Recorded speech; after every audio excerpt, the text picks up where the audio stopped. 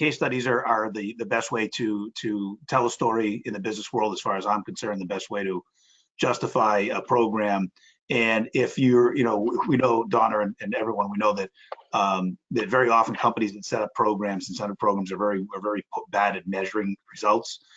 Generally, it's not because we don't encourage them to, because as the providers of these programs, we're very much in their face trying to get them to measure the results. We can measure an awful lot of performance on our side, but we need data from them. When I'm running safety incentive programs or wellness programs or what have you, we need that data back from the client to really build a case study.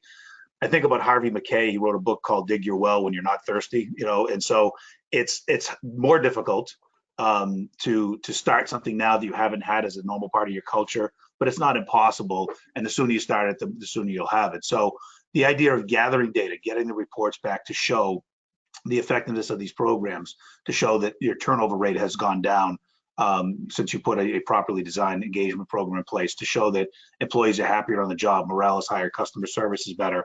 This is the way to justify to the C-suite that this is, the return on investment here is immutable, and pulling the program in general, and particularly during a challenging time, would be the exact wrong way to go. It's an easy case to make if you've done the groundwork up front to gather that information, prepare your case study, and be able to show that to the right managers, the right C-suite folks. It can be very difficult if you haven't done the work up front, but I'd still encourage you to try. The hard is what makes it great, and it's necessary for you to go out there and try to do that. And I guess I'd probably add to that just that, change scares people. We know this.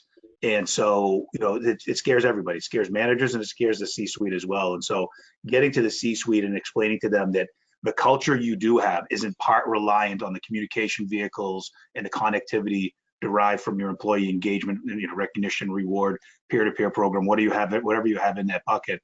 And the idea that you're going to take this changing world, which is already scaring everybody, okay, and then say to them, and on top of that, we're pulling the plug on our employee recognition reward program. Wrong way to go. It's a way to go from bad to much, much worse. And then, of course, the flip side of it is go show them what you can do with that program. There is constant messaging that has to go out the door now. It's more difficult than to deliver than it used to be when everybody was walking down the same hallways. We have a platform that has the attention of our workers, and that platform can be very useful in delivering that message. And again, the last thing we want to do is pull the